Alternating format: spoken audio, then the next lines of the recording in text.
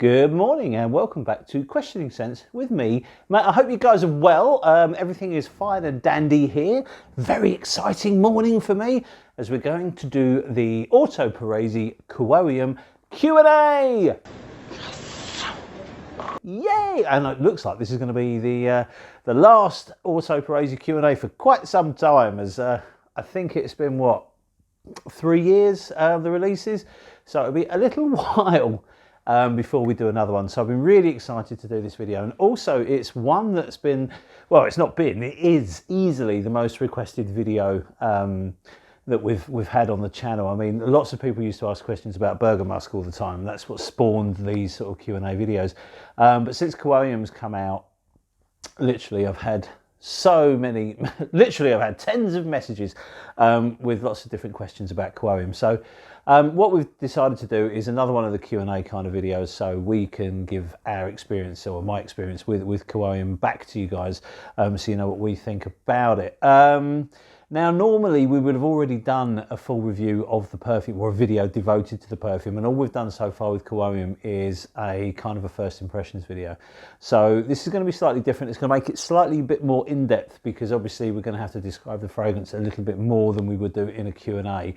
But we've got 8 or 9 questions to get through, so hopefully, you know, any questions you've got will be sort of caught up in that. If, you know, as I said, you know, if you've got anything else that you'd like my thoughts on, then please just let us know. Hit us up on Instagram, or, you know, leave the comment below, or if you know me on Facebook, hit me up on Facebook, and I'll be more than happy to answer the questions. But, you know, straight from the get-go, I've got to say I love the perfume. I think it's outstanding. I think it's possibly one of the best that that Gaultieri's done, and that's a difficult thing for me to say, because I own pretty much everything from Nascimato that is available. I own, and everything from Orto Parisi I own. I've had multiple bottles of many, and so has Rich.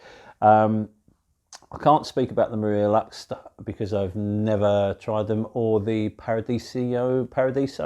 Alessandro Gaultieri made a perfume which is kind of almost like a secret Nascimato, for a sort of a gallery art centre in Amsterdam.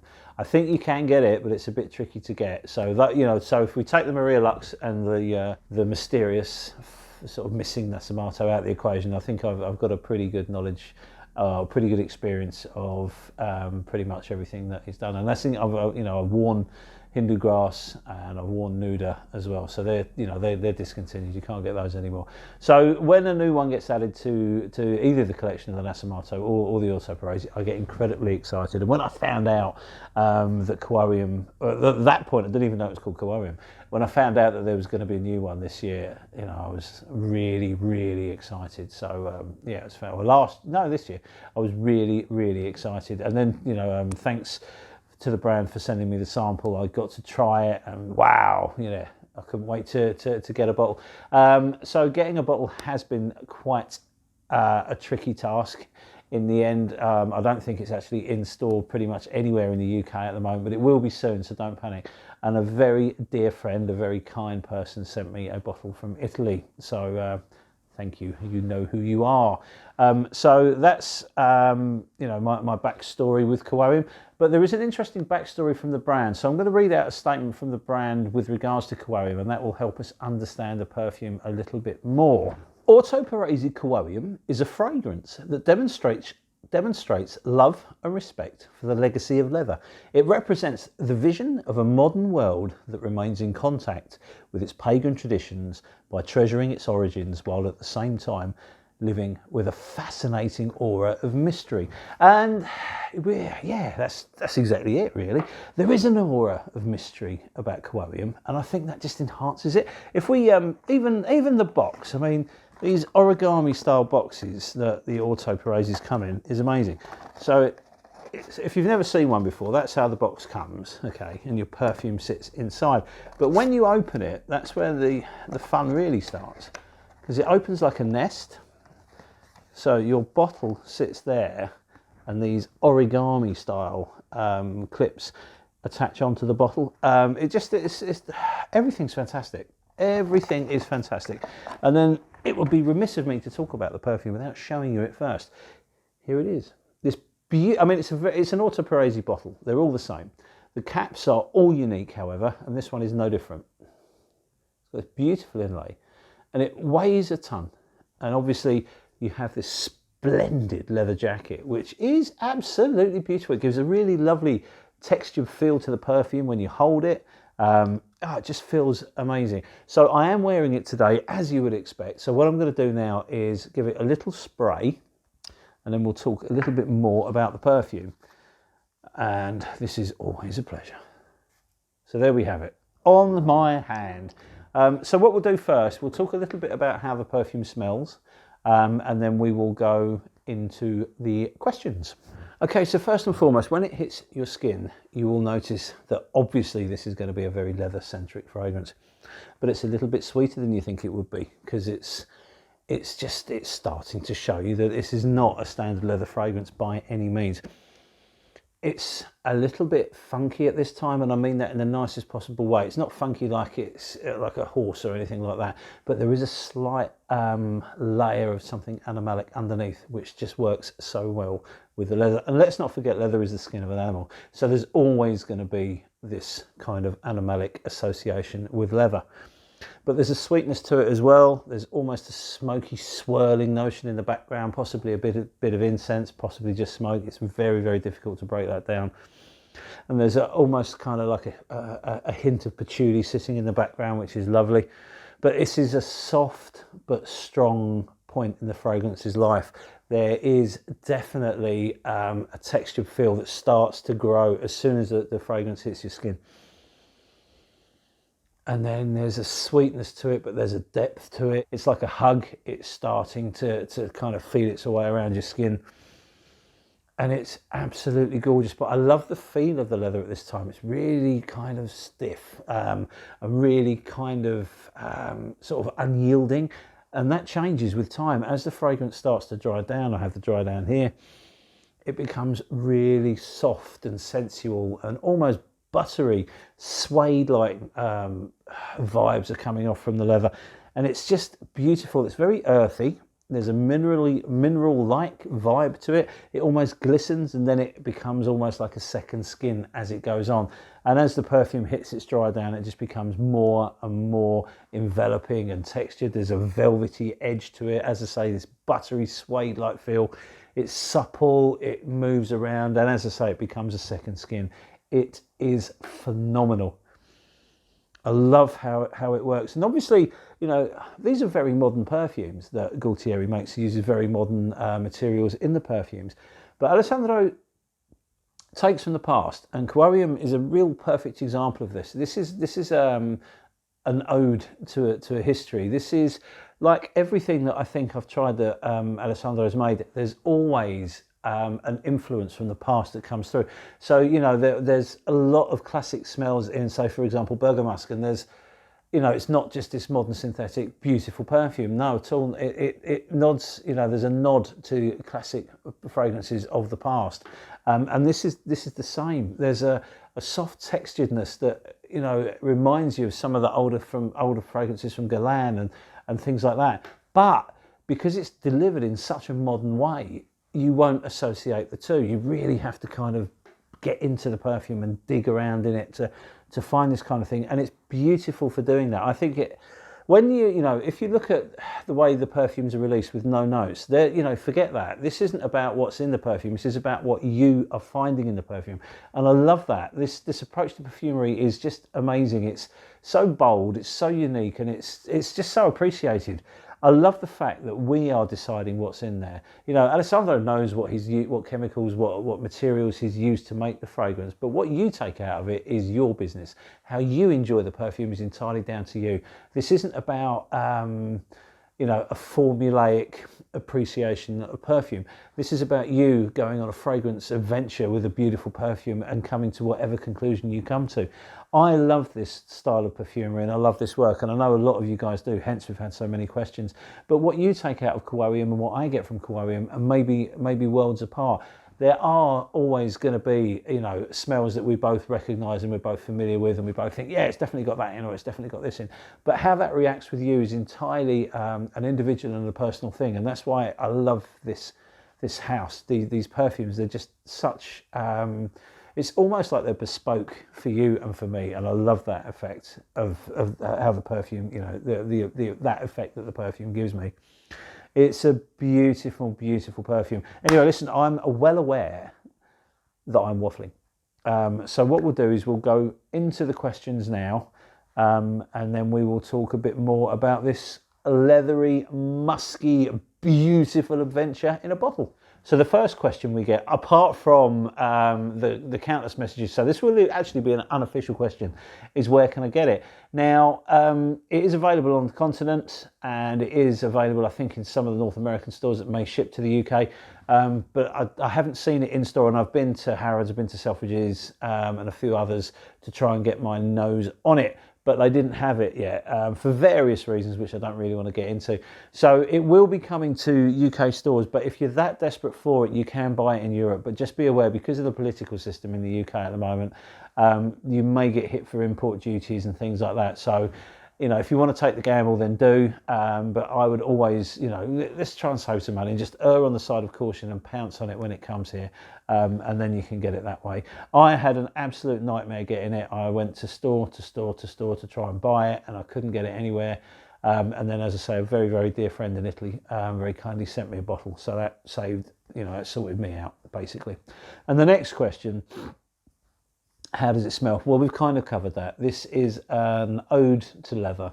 This is a beautiful textured, smooth, adventurous, and very much an Orto Parisi perfume. It's beautiful. It really is. If you like leather, you're going to love it. If you love the way that Gualtieri uses musks to make these kind of perfumes, you're going to love it.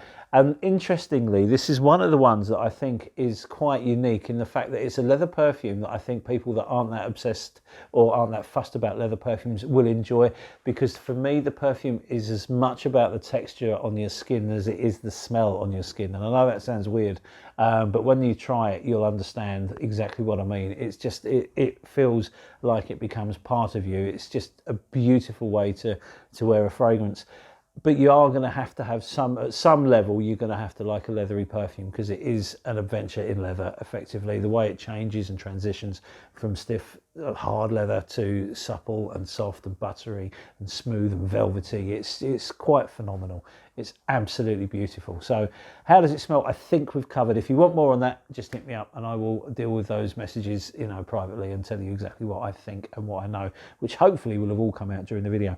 The next question, is it like any of the other Ortos? Well, it kind of is, and it kind of isn't. Now, a lot of people love Alessandro Gualtieri's work, like myself, and because Alessandro is a master of incorporating a DNA in his fragrances, and that to me is a massive plus. To other people, they kind of go, well, some of them smell the same, some of them have got a similar dry down, blah blah blah, and all that sort of crap. Well, that doesn't bother me at all. I like music. I love music, in fact. Rich is the same. We are both massive fans of music. We all love, we have various bands that we love. And when you love a band, you will buy an album and an album and an album. Whenever they release something, you'll pounce on it, or you'll at least listen to it. And guess what? You will find there's a DNA. That's how bands work. They sound unique to themselves. And the same rules apply for perfumery. Lots of perfumers, lots of perfume houses have a DNA that run through their fragrances. It's not unique to Alessandro Gualtieri. But what you will notice is that some of the Ortos, because they use a similar musk, do have a certain connection. Now, there are a few fragrances that remind me of Cuoium, but don't necessarily smell like them. First off the bat is from Nasamato, and that's Nudiflorum. When I first sprayed Cuoium on skin, I was instantly reminded of Nudiflorum, which makes sense because this is effectively a floral leather. Now, there's no florals. Well, there are florals in Cuoium, but the floral elements in Nudiflorum are much more pronounced. So the leathery note from Nudiflorum in the opening certainly does remind me a little of Cuoium. So there are some similarities there, and then the perfumes go in very, very different directions. So they're not the same at all. They don't smell alike, but they do share a common note in certain points in the perfume's life. Next up, I find certain similarities in the earth with the earthy nature of Cuoium to Teroni. Now, obviously, Teroni is a bigger, bolder, spicier, smokier fragrance than Cuoium, but there is an earthiness in Teroni that I really do pick up a little of in Cuoium. So there are some sort of similarities between the two. I don't think they're that alike, and if you wore them side by side, you would notice that they are different. Now, there is another one that reminds me of Cuoium, but not at all in smell, and that is Seminalis. This and this in terms of smell are worlds apart. It's more how they feel and how they wear that they kind of remind me a bit of each other. I think Cuoium behaves more like Seminalis than any of the others. It has that kind of glistening skin thing that Seminalis does so well. So I hope that answers the question. Next up is who can wear it? And this is the easiest question of all to answer. Everyone and anyone can wear this. The thrusters will love it. The more mature fragrance enthusiasts will love it. It smells divine on men and it smells divine on women. It's completely unisex and it's completely ageless. It's absolutely versatile in terms of who can wear it. So have no, if you're a female fan of the Orto Parisis, you're going to love it. If you're a male fan of, yeah, you get it. You're going to love it. So yeah, anyone can wear this one. No problem at all. Another question I've been asked is, where can you wear it? Well, for me, I think you can wear it anywhere. I've worn it to work, and I know I've mentioned many times that I don't have a normal office job or anything like that. But if I did, I would still wear it to work. I think it's office safe. I think it would be fantastic dressed up. In fact, I know it is. If you're having a big night out, it will be perfect for that. If you're going casually to the pub to meet some friends for a drink, it would be amazing. If you're popping out for a nice lunch, you could wear it. You can wear it pretty much anywhere. I just think, if you are going to wear it in the office, just go a little light on the sprays because it is quite potent at times. But you can certainly wear this to work. You can wear it anywhere you like. It's not a fragrance that you really have to think too hard about where you're going to wear it. You can wear it anywhere you like, and no problems there at all. Next question. Everyone's always obsessed with the performance when it comes to these, and I've been asked from numerous sources, is it a beast? Well, yes and no. It doesn't behave like Bergamas does. It doesn't fill the room. It doesn't leave a 10-foot sillage behind you. It doesn't push out like Teroni does. It doesn't sort of dominate rooms or anything like that. But it's equally as potent. This is beautiful. In fact, I'd say in terms of performance, it's more like Megamala for me. It's noticeable and it does have projection and it does have sillage, but it's a bit more subtle. It lets people explore you rather than you throw the perfume in their face kind of thing. But in terms of longevity, it does not stop. Okay, I wore this to work the other day purely to nail it down in terms of how long the perfume lasts for me. So, let's have a look at my notes. I applied it at about 6:15 in the morning and then sorted out the house in the morning, took my son to school, came home, got changed, went to work, had a great day at work. Well, I went to work. I came home from work, and as soon as I walked in from work, I just basically took my coat off and cooked dinner. And then, my wife came home, we had a family meal. And then about 8:30, I jumped in the bath for a nice relaxing soak. At that 8:30 in the evening, I could still perfectly, it hadn't missed a beat. I was aware of it the entire time. So in terms of longevity, it's phenomenal. It just lasts and lasts and lasts. I don't think it will ever fade off your skin. I think it's one that you will definitely, you'll only lose it when you have your shower at the end of the day or you have a nice soak in the bath, like I do in the evenings. So in terms of longevity, it's off the hook. It's pretty much infinite, I would imagine. But what I love is it's not a skin scent either. It stays above your skin. When you're wearing it, you are always in this bubble. You are constantly aware of it the whole time that you have the fragrance on. So in terms of performance, it's perfect. It's absolutely brilliant, in fact. So there you go. Next up is one I always get asked with all of these. I think I've had that question for every single one. Is there any oud in it? And the answer to that is, I don't know. I would like to say no, but there could well be. It does have a kind of a nuance in the opening as it hits your skin, that you kind of think, oh, hang on a minute, this might be a bit of an oody one here. Whether that's oud, I don't know. It could be castoreum, it could be civet, it could be some amazing aroma chemical that I don't know about. But it does give a kind of a slight oud impression at that particular point. And there are other times where you think, cool, that's really intense. I wonder if there's been a little bit of oud in there to help draw out, you know, draw out the other materials. I'm not entirely sure. So I can honestly say I don't know if there's an oud in this or not. But what I will say is, if you're not into oud, or you're scared of fragrances with oud because you don't like what you've heard about oud or whatever, don't worry about that. You know, it doesn't smell like poo, it doesn't smell like fecal, or it doesn't smell medicinal. There's no blue cheese in there or anything like that. So, you know, don't be worried about that. Whether there's any oud in it or not will have no bearing on whether you enjoy this fragrance or not, okay? It smells divine, so don't get caught up in that. Is Cuoium a winter fragrance?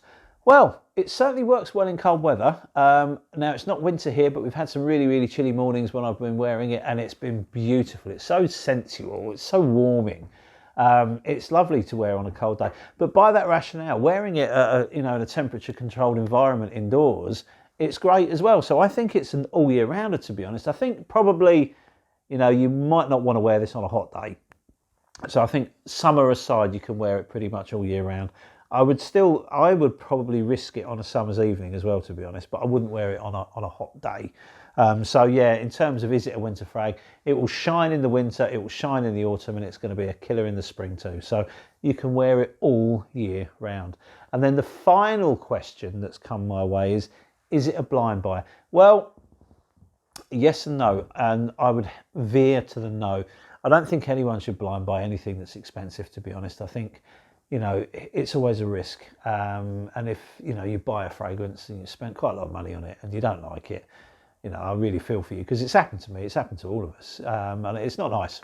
So I would say no to a blind buy, but there is a caveat. And the caveat is, if you're a fan of the house, you understand Gaultier's perfumes, you have a knowledge of how they work on your skin, and you kind of like the muskiness that flows through all of them, especially in Cuoium, then yeah, you can.